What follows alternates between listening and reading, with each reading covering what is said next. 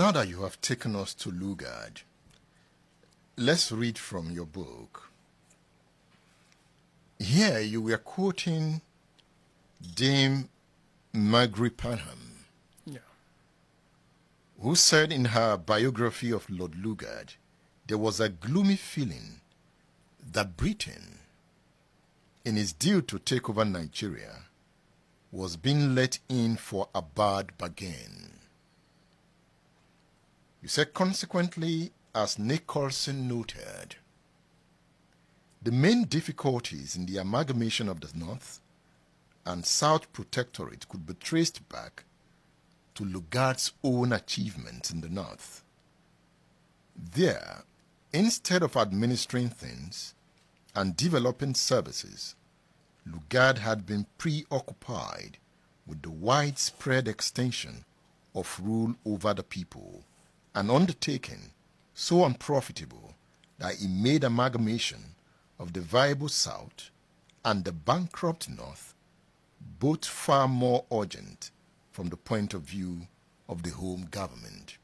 I'm interested in this point. Bankrupt North, viable South. Yes. How? It's interesting that people don't learn from history.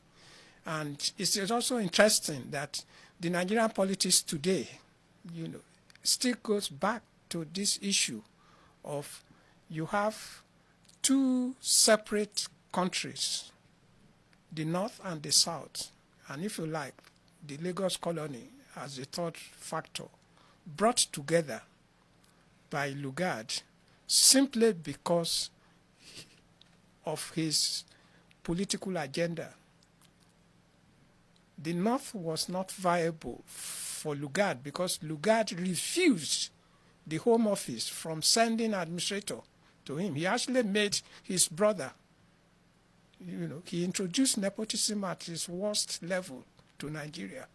So instead of allowing the Home Office to send an administrator, Lugard resisted it. So he could not raise revenue, he could not develop the place, he could not do anything to help the people. And that's what we are still suffering from today, that the North, was far behind.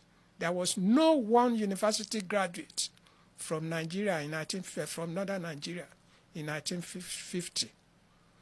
And when his successor took over from him, he lamented that for 20 years of Lugard's administration, there was no one qualified for the least job from the North.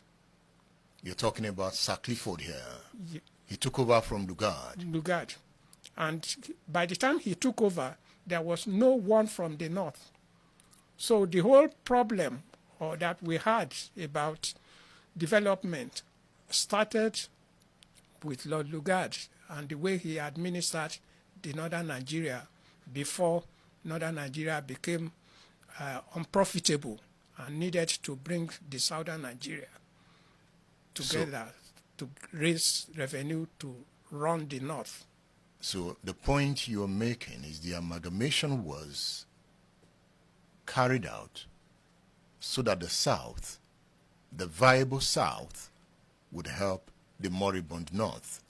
Is that a point? Correct.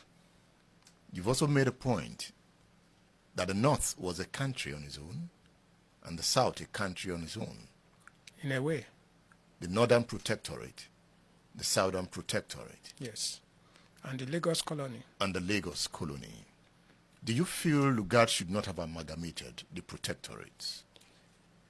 He had no choice because there was no way he could run the place without finance. And the only way he could do it was to bring it together. Unfortunately for him, he had people in power to help him. He would not have even been qualified because there was case against him for his activities in South Africa, before he was taken to Nigeria. So, but Chamberlain and his other friend there, they presented to the House that he was the most qualified person. So, in the end, he had the day.